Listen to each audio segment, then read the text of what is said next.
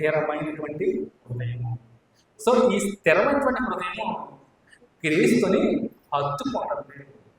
నీ హృదయం స్థిరంగా లేదనుకోండి ఎలా ఉంటుంది? అందుకని స్థిరంగా ఉండదు. నీకు స్థిరత్వం లేదా అని పెద్దలు ఎందుకంటారు అంటే ఇప్పుడు ఒక మాట మాట్లాడుతూ ఆ పక్క వెళ్ళగానే మాట మార్చేస్తారు. అవునా? వీడు స్థిరంగా ఉన్నాడా, వీడి స్థిరత్వం లేదని అంత చూసామా? ఎందుకు? మనిషి కాదు, హృదయం స్థిరత్వం ఉండదు.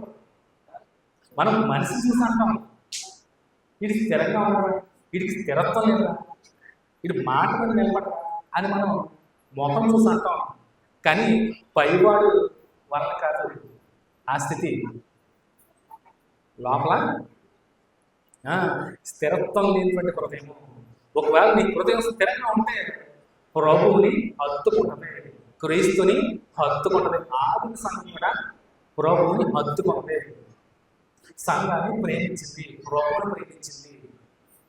ఆదిమ సంఘము క్రీస్తుని హత్తుకున్నది, విడిచిపెట్టలేదు. క్రీస్తుని వేరే వారిని చేయలేదు. ఏ కార్యక్రమం కూడా సంఘం అంతా క్రీస్తునే హత్తుకుంది. ఎందుకంటే సంఘము క్రీస్తు, క్రీస్తు దేవుడు కుమారుడు. గుర్తుపెట్టుకోండి, సంఘము క్రీస్తు, క్రీస్తు దేవుని కుమారుడు, దైవ కుమారుడు. గుర్తుపెట్టుకోండి. సో సంఘము ఎవరిని హత్తుకోవాలి? పాస్టర్ గారిని కాదు హత్తుకునేది, క్రీస్తుని హత్తుకోవాలి. ఎందుకంటే క్రీస్తు కోసం ప్రాణం పెట్టింది, రక్తాన్ని చెల్లించింది.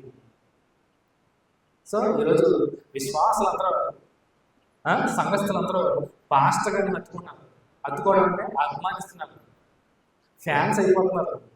కానీ అది ఎంత మాత్రమో వాక్యానుసారం కాదు, దేవుని చిత్తం కాదు. సంఘం ఎప్పుడు క్రీస్తుని హత్తుకునే ఉండాలి.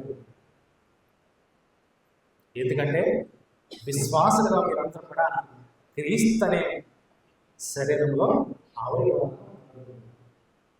సో అవయవాలన్నీ శరీరాన్ని హత్తుకోవాలి. అట్ ది సేమ్ టైం సంఘము క్రీస్తుని హత్తుకోవాలి. హత్తుకోవాలంటే విశ్వాస హృదయాలన్నీ కూడా స్థిరంగా ఉండాలి.